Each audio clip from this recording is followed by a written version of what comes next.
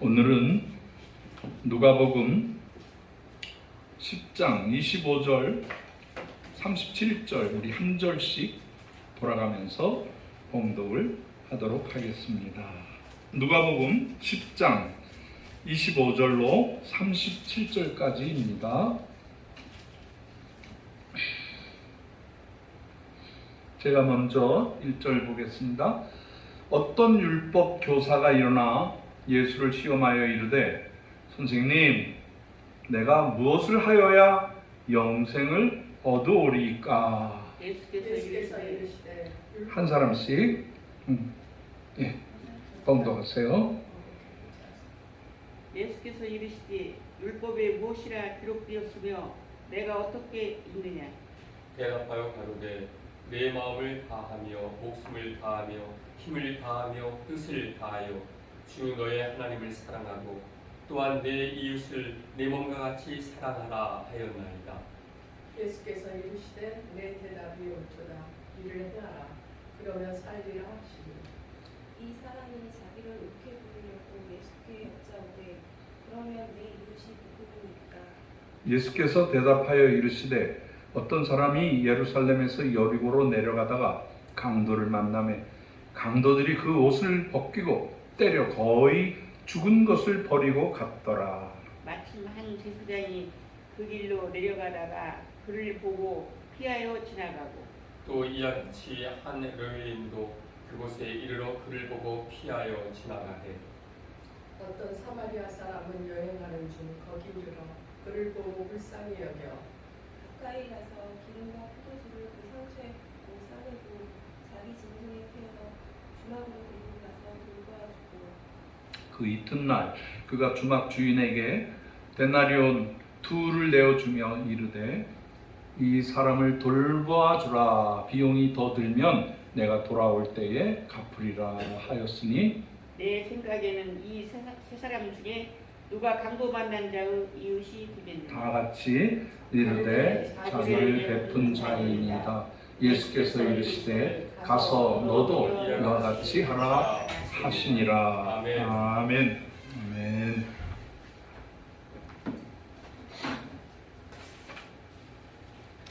오늘 선한 사마리아 사람에 대한 교훈을 통해서 하나님께 우리 나아가려고 합니다.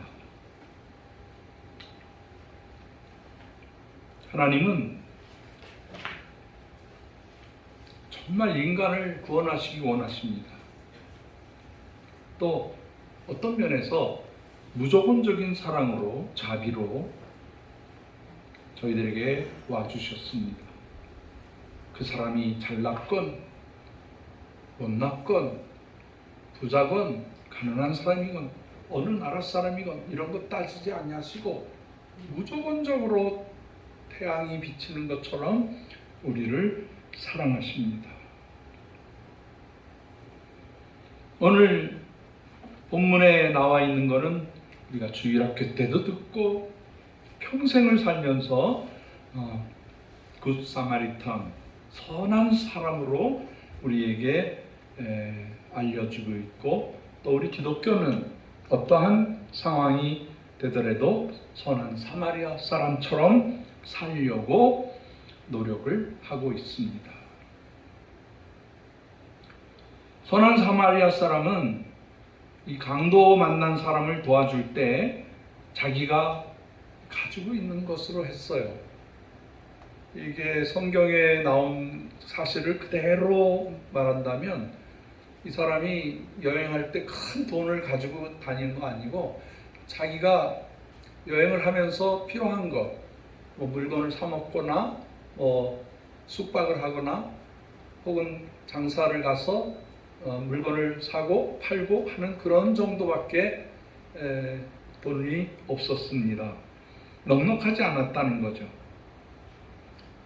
사실 사마리아 사람은 가지고 있는 것을 남을 도우려고 가져간 게 아니라 그저 자기 자신이 여행하기에 족할 정도 빠듯한 그런 그런 물자를 가지고 갔던 것입니다. 그런데 갑자기 강도를 만난 자를 도와주기에는 좀 벅찼죠. 이게 내가 돈이 없는데 어떡하지? 그런데 이 성경에 보니까 선한 사마리아 사람은 자기가 가지고 있는 것으로 봉사를 했습니다. 자기가 여행할 때 필요한 그 포도주와 올리브 기름, 이거는 그 당시에 응급 이멀전시가 생기면 상처를 바르고 또 피곤할 때 먹고 마시는 그러한 용도였었습니다. 그리고 자기가 혹시라도 어떤 일이 생기면은 그래서 여분이 있는 헝겊 정도 가지고 갔습니다. 근데 이 사마리아 사람은 자기가 가지고 있는 포도주를 꺼내서 그 거반 죽도록 두들겨 맞아서 가진 거를 다 성경에는 정확하게 나와요. 헐벗어서 옷도 뺏어가고 돈도 뺏어가고 물건도 뺏어가서 그 사람이 의식이 없는 그런 상태였을 때 그 사람의 상처에다가 이렇게 포도주를 부어요. 왜 포도주 붓는지 아시죠? 그리고 여러분 옛날서부터 인류가 의학적인 지식이 있었어요. 포도주 안에 알코올이 있기 때문에 상처를 소독해주고 박테리아나 세균들을 못 자라게 하는 그런 역할을 해줘요. 물론 굉장히 쓰라리겠죠. 그 다음에 이 특별하게 또 치료를 해줬는데 그건 기름을 상처에다 부어줬어요. 온 몸에 상처받은 데다가 기름을 부어주는데 그거는 이제 상처와 공기를 막아주는 역할을 해요. 우리가 피부나 여러 가지 상처가 생기면은 뭐를 발라요? 연고를 발라요. 그 연고가 바로 기름이에요. 그래서 우리 살과 박테리아가 이렇게 보호되도록 그러한 의술의 지식이 있었습니다. 그리고 그 상처가 피가 나고 그러니까 옛날에도 그 상처를 싸매면은 피가 멎는다는 걸 알고 있어서 자기가 가지고 있는 헝겊으로 싸서 해놨어요. 참 지혜로운 거죠. 그리고 급하게 생각했어요. 이 사람을 어떻게 해야 살리나. 자기의 낙타, 자기가 타고 가는 짐승에 이렇게 얹어서 가까운 주막으로 갔습니다. 그것을 할 때도 불안했을 거예요, 아마. 왜냐하면 그 강도가 지켜보고 있다가 또 자기를 해하려 할지도 모르는 그런 상황이에요. 근데 그 사건이 생기기 전에 이 사마리아 사람이 이 강도 만난 자를 돌보기 직전에 제사장이 지나갔어요. 제사장. 우리 개신교에서는 제사장이란 말 잘 안 써요. 가끔가다 이제 쓰긴 하는데 제사장이라는 말은 그 당시 종교 지도자라는 거예요. 또 뭐 당회장이라고 해야 될까요?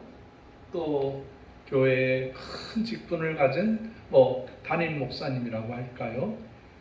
근데 이분이 그냥 쑥 지나가 버렸어요. 에고만이나. 그러고 옆으로 이렇게 피해서 급히 갔어요. 왜 그랬을까요? 이 사람은 이상한 율법에 매여 있었습니다. 그 율법에 보면 이 피 묻은 불결한 거를 만지지 말라 그렇게 얘기를 했어요. 그러니까 자기는 거룩한 사람이니까 이 피 묻고 죽어져가는 사람을 만지면 손이 더러워진다. 그러므로 나는 거룩한 제사장이니까 이거 만지면 안 돼. 그리고 근본적인 문제를 해결하지 아니하고 생명을 죽어져가게 놔두고 피해갔다라고 해요. 안타깝죠? 이게 피를 만지는 게 그게 중요한가요? 생명을 살리는 게 중요한가요? 생명을 살리는 게 본질이에요. 그것은 종교가 백성들을 위해 있지 아니하고 종교가 백성들을 짓누르는 자세예요. 지금까지 교회가 부흥하고 교회가 망하고 하는 것을 역사에서 많이 봅니다. 제가 러시아 선교사였기 때문에 러시아를 비유해 드릴게요. 러시아에서는 이 종교가 굉장한 권한을 가지고 있고, 그래서 이 종교인들이 백성들의 머리 꼭대기에 올라서서 백성들의 고진 그 피, 땀 그거를 빼먹었어요. 그리고 자기는 거룩하기 때문에, 자기는 하나님의 사람이기 때문에 그렇게 해도 된다고 생각을 했어요. 안 되죠. 그건 아니죠.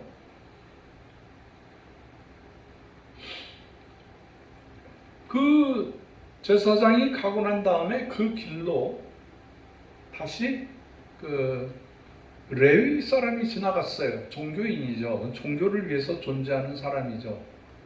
근데 이분도 비슷한 생각을 가지고 이렇게 피해서 갔어요.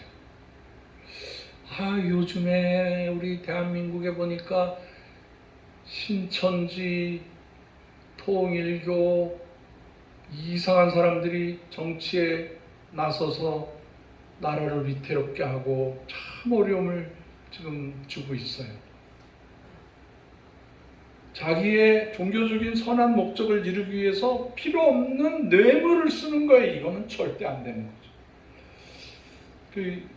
우리 개신교는 그렇지 않아요. 개신교는 하나님 앞에 성경 말씀대로 살기 때문에 이런 짓은 하면 안 돼요. 그러나 이교도들, 또 사이비 종교, 자기가 악한 일을 하는데 그거를 이렇게 다른 방법으로 교묘하게 섞어서 권력에 달라붙고 자기의 그 목적하는 바를 이루려고 하는, 그대로 사이비 종교라는 게 드러나는 거죠. 악해요. 우리 개신교는 이 경제와 이 신앙생활을 이렇게 마음대로 정치와 배격을 시킵니다. 근데 이렇게 이방 종교, 사이비 종교, 우리가 말하는 아주 나쁜 종교는 백성들, 자기의 신자들을 자기의 경제적인 노예로 만들어버려요. 그 전도관에서 간장 만들어서 팔았잖아요. 그때 기억하세요? 시온 간장? 예. 이게 굉장히 효험이 있다 하는데, 그거를 그 신자들이 가서 노동력을 다 사용해서 만들어서 자기들이 팔고 그 수익을 거의 다 박태선이가 다 먹어버렸어요. 그 자식들이 그거 가지고 미국 가서 노름을 하고요. 온갖 죄를 저질러요.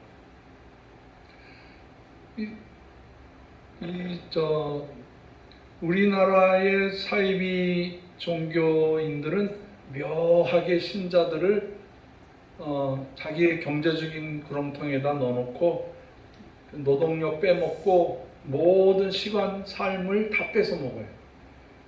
그래서 통일교 산업 속에 들어가서 거기에서 일하고 요만큼의 먹고 살 수 있는 거를 제공을 해줍니다.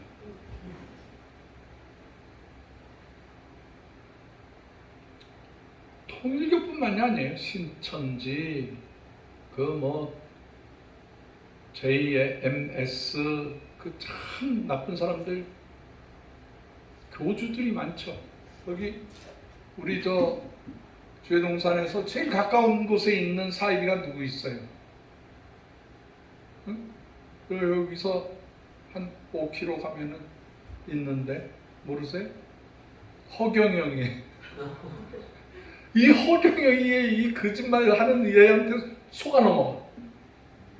그래서 바치고 1억을 바치고 10억을 바치고 막 그러면서 썩은 우유를 자기가 이렇게 손을 얹어서 안수하면은 그게 보약이 된대나 질병을 낫게 한대나, 그거 먹고 막 사람들 뒤집어지고 난리가 나는 그 거짓말로 인간이 참 연약해요. 그런 건 줄 알면서도 속아 넘어가는 거예요. 속아 넘어. 그래서 이 제사장이나 레위인이나 이 세상의 모든 종교가 사람을 위해서 성도들을 섬기는 선한 목자가 돼야지 이 신자들의 등골을 빼먹는 이런 종교는 망하는 거예요. 러시아 종교가 그랬어요. 러시아 천년의 기독교가 망하더라고요. 공산주의에 망하더라고요.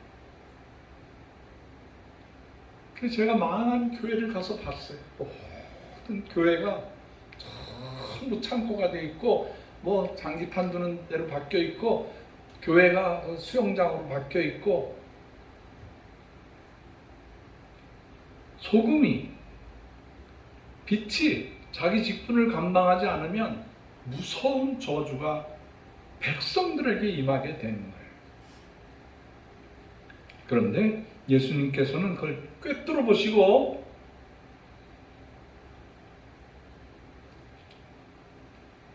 누가 우리 이웃입니까? 라고 질문을 하자 내가 이 얘기한 이 사람들 중에 누가 우리 이웃이냐? 그러니까 그 당시 이스라엘 사람들이 참 고집쟁이고 교만했어요. 사마리아 사람입니다라고 말을 못해. 세 번째 사람입니다. 그래요. 왜 그렇게 말하냐면 그 당시에 그 이스라엘 안에 사마리아 사람도 있었고 유대인도 있었고 이방인도 있었고 있었는데 이 사마리아 사람들이 성전 지을 때 우리도 같이 하겠다 그랬더니 너희는 이방 결혼을 했고 너희는 성전을 더럽혔고 너희는 이래저래 저래저래 해서 넌 진짜 싫어. 넌 우리가 아니야. 그리고 내쫓아버렸어요. 사마리아 사람하고 유대인하고 이렇게 등져서 사는 거예요. 반목 엄청나게 서로 오해하고 미워하고 살았어요.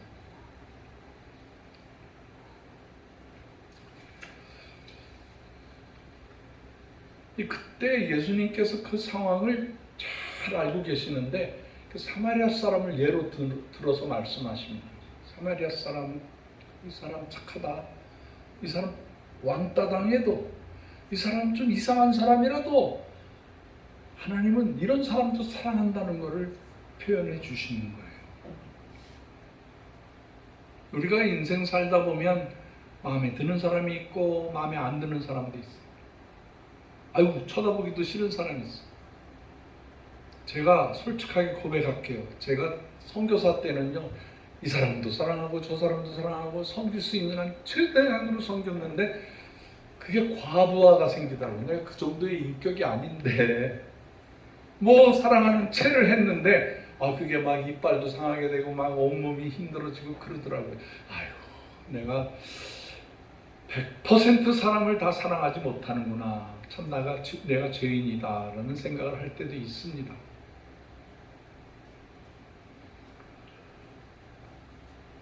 그 예수님이 특별한 진리의 말씀을 할 때 유대인들은 그걸 굉장히 비판하는 사람들이 많았어요. 예수님 말씀을 들어도 저놈이 우리를 속이는구나. 저 사람이 새로운 종교 지도자가 되는구나. 굉장히 미워했는데 의외로 사마리아 사람들은 예수님의 말씀을 잘 깨달아 들어요. 특별히 예수 믿는 사람들 자세히 보면 많은 박해, 많은 환난, 시험을 당한 사람들이 예수를 잘 믿어요. 상처가 많은 사람들. 예를 들어서 북한 사람들 굉장히 예수를 잘 믿었어요. 선교사님들이 와서 저기 뭐 전라도나 경상도나 강원도, 경기도, 황해도, 우리 한반도를 다닐 때 제일 성경의 역사가 나타난 곳이 어디냐면 황해도, 평양에. 그리고 쫙 넘어 카나다 선교사님들이 복음을 전했던 함경도 사람들이 예수를 잘 믿어요. 왜 그런가 보니까 이분들이 오랜 세월부터 나라에서 바른 말 했다고 뭐 좀 실수했다고 이 귀향을 보냈는데 주로 어디로 갔냐면은 저 이북으로 보냈어요. 이북. 저 끝에 저 함경도 거기 제일 추운 데가 어디? 네? 아우지. 아우지. 아우지 북한도도 갔어요. 거기 간 사람들이기 때문에 마음이 허해. 상처가 많아. 이렇게 해도 저렇게 해도 대우를 못 받는 그런 분들이 복음을 듣고 나니까 막 열심히 예수 믿기 시작했어요. 그래서 북한의 기독교가 전 세계 제2의 예루살렘이라고 할 정도로 큰 복음화가 이루어지게 됐죠. 그리고 6.25 사변이 터지면서 북한의 크리스찬들이 80%가 남으로 내려와요. 그래서 이 조용하던 남한 교회들을 깨우기 시작했어요. 한경직 목사님이라든가, 그래서 경동교회 목사님, 또 충영교회 목사님 다 이북에서 내려오신 분들이야. 김준건 목사님도 이북에서 내려오신 분들. 이런 분들이 신앙을 북한에서 열심히 신앙생활하다가 딱 남한에 오니까 남한 사람들이요, 날씨 좋지요, 곡식이 잘, 과일이 많지요. 그러니까 신앙생활 잘 안 하고 그냥 적당히 믿었어. 예, 이북에서 생명을 걸고 믿었던 그 정신을 가지고 와서 남한 교회를 살리고 부흥을 시키고 세계 선교화를 이루는 역할을 감당한 것이 우리 북한에 계신 초대교회 성도님들이었다는 거예요. 또 하나 있어요. 또 하나.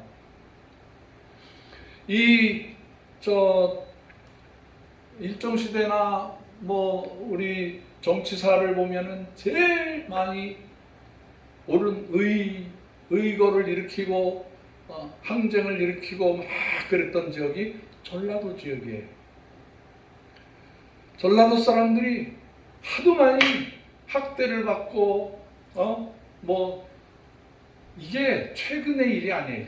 삼국시대 이전서부터 호남 사람과 영남 사람들이 막 다투었어. 땅 때문에 다투고 너는 못났다, 너는 잘났다, 뭐 이러면서 싸우기 시작하는 거예요. 계백 장군하고 막 화랑 들어가고 싸우고 또 싸우고 그래서 정복을 시키고, 야, 참 그때서부터 반목이 시작된 반목. 그게 지금까지 내려와 있어요. 여러분 잘 알으셔야 돼요. 그래서 호남 지방에 가면 기독교 퍼센테이지가 저 군산에 갔더니 55%야. 제일 높아. 목포라든가 뭐 여수라든가 이런 데 가면은 순교자도 많이 나와요. 이분들이 이 역사에서 내려오는 그 왕따를 당하고 뭐 멸시를 당하고 귀양을 가고, 우리나라 유명한 그 누군가 저기 그 섬에 가서 정약용 그 식구들 막 그 열심히 일을 했는데 시기심에 전부 전라도로 쫓겨나는 거예요. 전라도. 그래 그 대한민국에서 제일 음식 잘하는 데가 어딘 줄 아시래요? 음식 제일 잘하는 데 전주. 왜? 거기 조금 덜 제가 있는 사람은 전주로 보내. 근데 전주에 귀향을 갈 때 식구들은 따라가지 않게 만들고 요리하는 사람, 심부름 해주는 사람 딱 2명을 데려갈 수가 있어. 그러니까 궁중에서 요리 잘하는 사람이 아이고 이분 충신인데 이렇게 억울함을 당해서 가시는구나 그래가지고 따라가서 거기 가니까 바다 어물이 많죠. 산이 있으니까 나물들이 잘 돼 있죠. 뭐 곡식이 많죠. 이러니까 거기에서 이것도 응용해보고 저것도 응용해보고 그러다가 최고의 음식을 만들어. 그게 뭐예요? 전주 비빔밥을 만들어. 이거 대한민국 칼기를 타면 최고의 음식이 전주 비빔밥이야.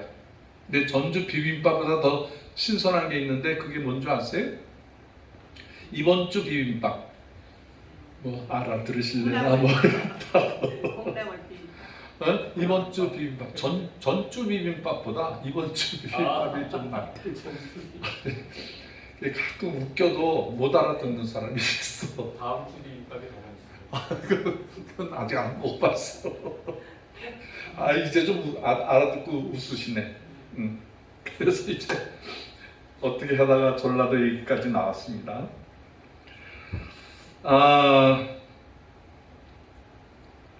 그래서 이분들이 아픔이 많고 상처가 많은 사람들이 예수를 잘 믿어요. 예수님도 제자들을 삼을 때 예루살렘에 있는 사람 한 사람도 안정했어요. 그 사람들은 안정되고 돈을 벌고 저기 지방에서 사람들을 시켜서 좋은 거를 해가지고 돈을 다 벌어먹는 안정권에 들어간 사람들이야. 그런데 예수님은 그 사람들을 제자로 안 삼고 갈릴리라든가 저 시골에서 어려움 당하는 사람들, 그 사람들은 뭔가 새롭게 하려고 하는 마음에 비전이, 꿈이 있는 사람들을 제자로 삼는 거예요. 할렐루야. 이게 하나님의 법칙이에요. 하나님의 법칙. 예수님도 오셔서 마음이 가난하고 마음이 온유하고 마음에 상처가 많고 눈물이 많은 사람들에게 가까이 가셨어요. 그래서 그분들을 이끌으셨다는 사실입니다.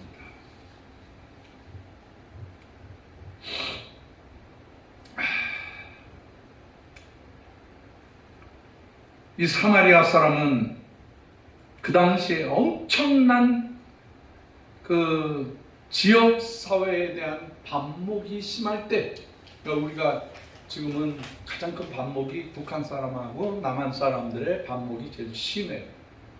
남한 사람들은 굉장히 널널하고 어떻게든지 통일을 선하게 이끌려고 한다면 굶고 못 살고 이런 북한 사람들은 이게 막 삐져가지고 굉장히 기분 나쁘게 얘기하고 뭐 공격하겠다 그러고 그런 모습을 반복이죠. 앞으로 통일이 되면 영호남의 갈등은 좀 사라지게 되고 남북의 갈등이 심각하게 될 거예요. 그거를 잘 지금 영남과 호남의 갈등을 극복해서 남북 통일이 되고 난 다음에는 그 지혜롭게 북한 사람들을 감싸주고 북한 사람들을 잘 상처를 씻어줘야 돼요. 그 일을 정치인이 할 수 있을 것 같아요. 경제인이 할 수 있을 것 같아요. 그건 종교인이, 기독교가 해야 되는 거예요. 그래서 한국 교회가 그것을 준비하면, 성숙하게 준비를 해놓으면 하나님이 됐다, 너희가 준비가 됐구나, 그런 통일을 하자, 하나님께서 역사하시게 되는 줄 믿으시기를 바랍니다. 아멘. 그 성경에 보면 또 사마리아 사람 중에 주님의 음성을 듣고 바로 깨닫는 사람이 있어요. 사마리아 사람 중에 누구일까요? 힌트. 물가에서 일어난 사건이에요. 우물가에 여인 항구했네, 그런 노래도 있잖아요. 이거 반주자님이 아셔야 되는데. 사마리아 여자, 그가 땡볕이 막 내려쬐가지고 사람들은 그 시간에 낮잠을 자고 절대로 일을 안 하는데, 이 여자는 마음에 갈급함이 많았어요. 눈물이 많았어요. 얼마나 힘이 들었는지 아무도 없는 그 더운 시간에 살그머니 사람들 눈에 띄우지 않게 하려고 우물가에 가서 물을 깃는 거예요. 이분은 인간관계에서 무척 상처가 많은 사람이에요. 그도 그럴 것이 사마리아 여자예요. 그도 그럴 것이 이 사람이 행동이 보통 여자가 아니에요. 예수님이 그 여인에게 그래요. 여인아, 나에게 물을 좀 달라. 그렇게 얘기하니까 이 여자가 퉁명스럽게 이렇게 대답을 해요. 당신은 유대인인데 왜 나에게 물을 달라고 하십니까?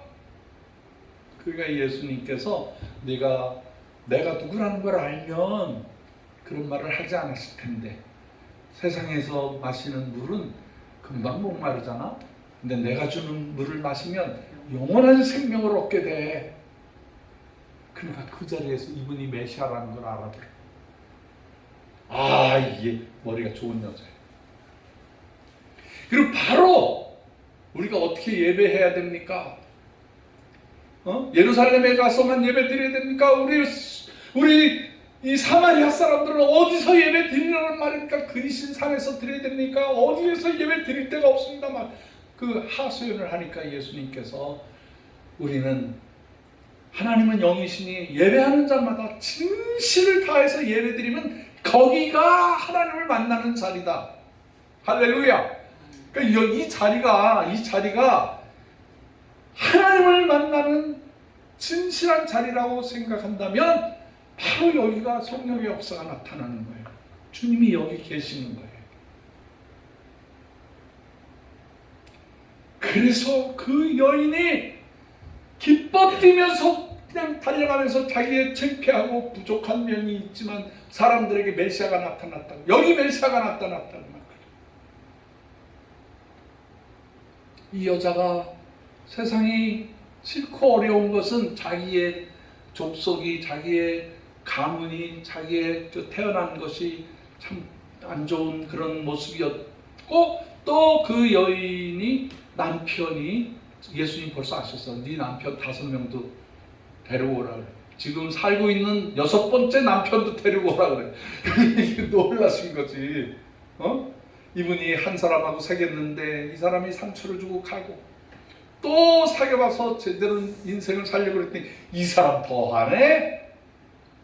아이고, 그래가지고 마치 옛날에 우리 호세아가 고멜하고 살았던 그런 것처럼 이 여자 남편만, 공식적인 남편만 6명이었었어요.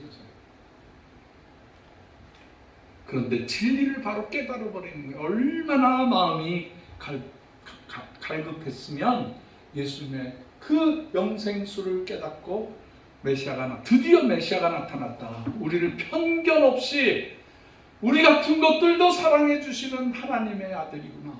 깨닫게 됩니다.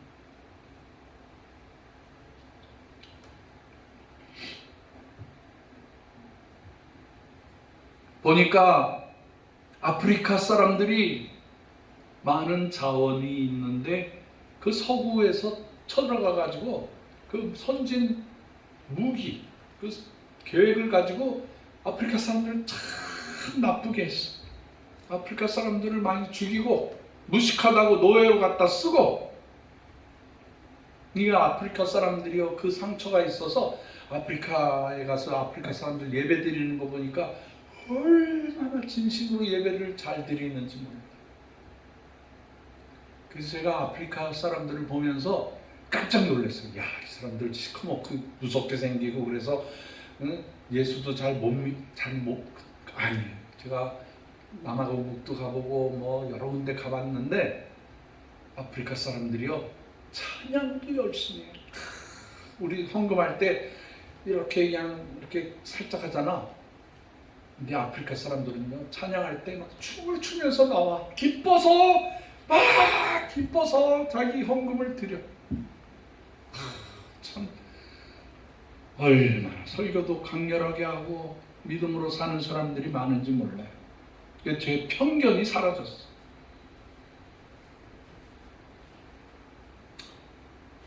인디언들도 그래요. 아메리카의 그 인디언들이 그 미국 사람들에 의해서 거의 전멸했어. 아주 말살 정책을 당하게 됐습니다. 참, 그래서 지금도 카나다의 원주민들 선교할 때 보면 아무리 선한 마음으로 카나다 사람이나 미국 목사 전도사가 가도요, 쳐다보지도 않아요. 그런데 한국 사람들이 가서 복음을 전하면 다 받아들여요.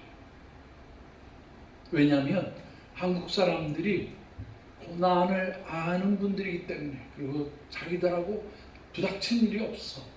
그래서 한국 선교사들이 가서 인디언들에게 복음을 전하면 거의 100% 복음이 전해지기도 합니다. 미얀마에 기독교인들이 있는데 그 기독교인들을 미얀마 군부 세력이 불교 세력과 공산주의 세력과 합쳐서 기독교인들을 막 죽이기 시작했어요. 그래서 그분들이 산으로 도망가고 3,000m 고지에 가서 몰래 숨어서 살았어요. 그 소식이 들려진 거예요. 우리를 도와주세요.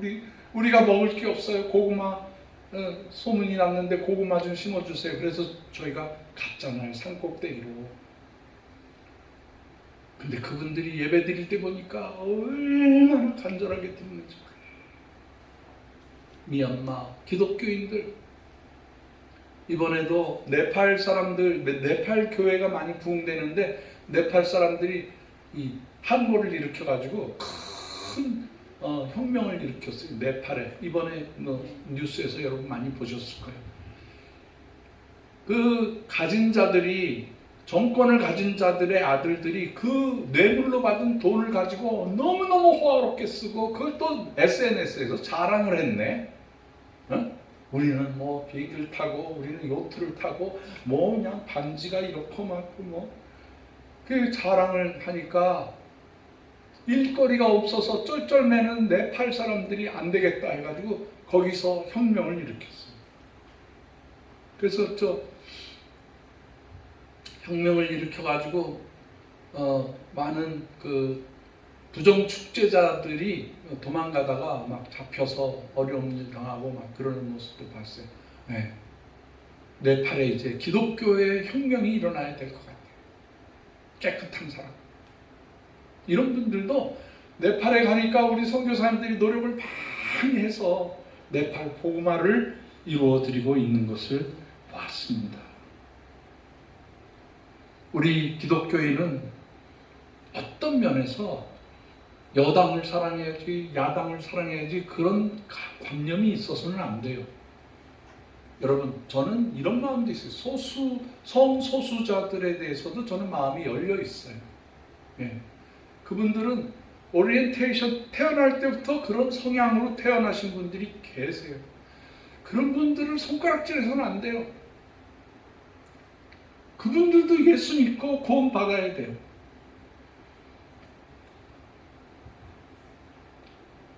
팔레스타인 사람들 미워하면 안 돼요. 그분들도 핍박을 많이 받았어요. 그래서 우리 친구들이 팔레스타인에 가서도 교회를 세우고요. 저 원래 예수님이 태어난 베들레헴도요. 거기가 팔레스타인 사람들이 사는 마을이에요. 그래서 거기에도 개신교 교인들이 많아요. 아주 많아요. 우리 크리스찬들은 가능하면 선입견에서 벗어나야 돼요. 이해하고 용서하고 섬기고 배려해드리고 예수의 자녀가 될 수 있도록 해야 돼요. 할렐루야, 할렐루야. 제가 정말로 감사하는 것은 우리 한국은 어느 나라든지 고난받든지 불교 국가이든지 공산주의 국가이든지 어느 국가이든지 백성들이 배고파 있다, 백성들이 굶주리고 있다면 찾아가요. 어떤 방법으로 해서라든지 찾아가서 그분들을 첫째 먹이고 살리고 구원시키는 일을 감당하는 것이에요. 우리가 큰 일은 많이 못하지만 정말 우리는 통일 남북 국가를 바라보면서 그 너머에 두만강과 압록강을 넘어서 인류를 향해서 나가야 됩니다. 여러분, 우리가 동남아시아가 가까우니까 베트남, 캄보디아, 미얀마, 인도네시아, 인도, 타일랜드, 필리핀, 동티모르 가서 농사 많이 지어드렸어요. 더운데. 중앙아시아, 이 아시아 사람들이 살고 있는 중앙아시아도 카자흐스탄, 타지키스탄, 키르기스탄, 우즈베키스탄 할 것 없이 다 가서 고구마를 줬어요. 거기는 낮에 온도가 45도, 50도까지 돼요. 저는 이렇게 심다가 쓰러진 적이 많아요. 너무너무 덥고 이 태양이 가득하니까 조금만 잘못하면은 이렇게 눈이 부셔가지고 내가 웅덩이에 빠진 적도 많아요. 죽지 않을 만큼 가서 일을 해요. 그거 한번 심어주고 여러 번 돌봐드리면 그분들 먹고 살거든요. 그분들 예수님 재림할 때까지.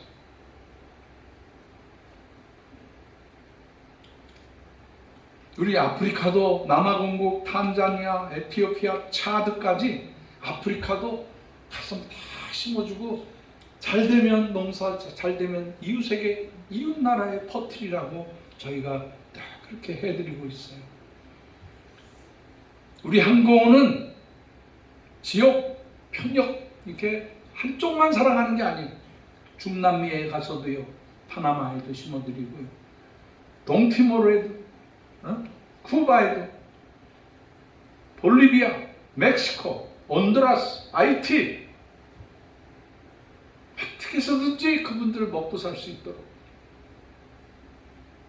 북미, 카나다, 미국, 하와이까지도 우리가 심어드립니다. 제일 중심이었던 북한 고구마 나눔 운동을 하고 난 다음에 하나님이 전 세계를 나가면서 섬길 수 있는 길을 열어주셨어요. 얼마나 감사해요. 러시아에도 심어드리고요, 중국에도 심어드리고요. 인류가 예수님 재림할 때까지 먹고 살 수 있도록. 통일 뒤에 북한 사람들이 이렇게 잘 살고 잘 먹고 하는 남한에 와서, 아니 이렇게 큰 기독교인 사랑을 가지고 있는데 왜 우리 굶어 죽을 때 안 도와주셨습니까? 라고 할 때 할 말은 있어야 될 거 아니에요. 길이 없었다, 방법이 없었다, 통일되면 하겠다, 이건 아니에요.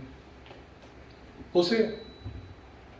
이 사마리아 사람이 자기가 가지고 있는 적은 것을 가지고 생명을 살린 것처럼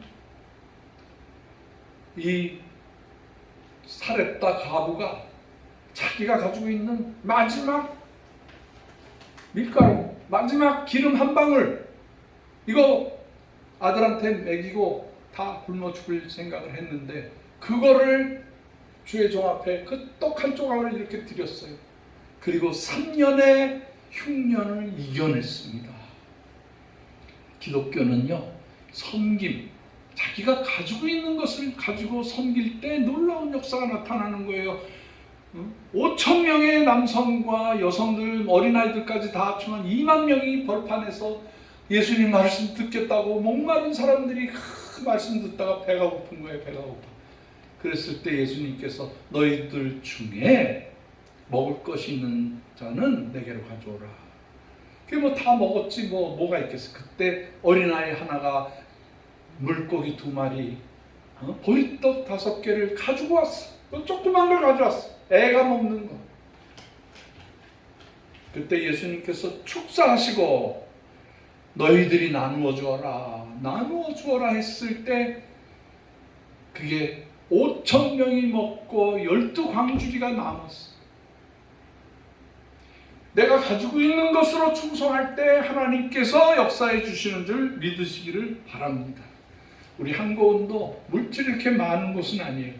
그러나 있는 그대로 주신 만큼 조금 가지고 그걸 가지고 했을 때 기가 막힌 역사, 하나님의 역사, 오병이어의 역사, 오늘날의 만나, 오늘날의 그 이스라엘 백성들을 광야에서 다 먹였던 만나의 사건들이 일어나고 있는 줄 믿으시길 바랍니다.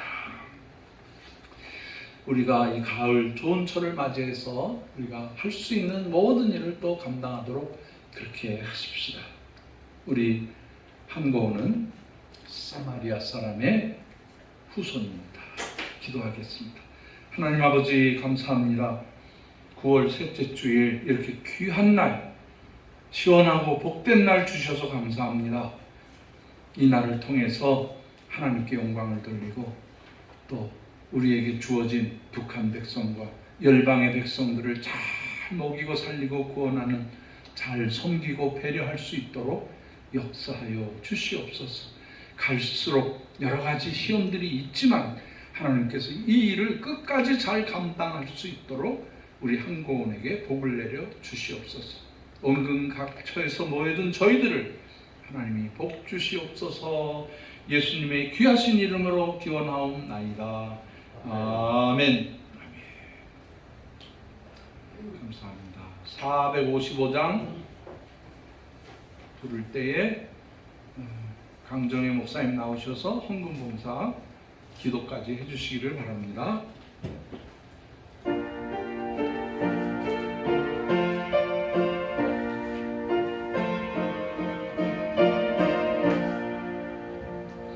주님의 마음을 본받는 자, 그 마음 그만이 자더러 야박한 세상을 이기는 주님의 음성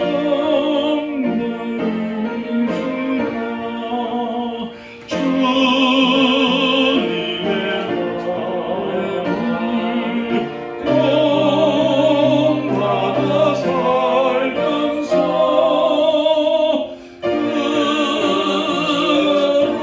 거룩하시 나도 이루리. 4절 주 예수 세상에 다시 오시 그날의 무성도 변하여 주님의 빛나는 그 형상을 다 함께 보며 주 찬양하리. 주님의 마음 받아 살면서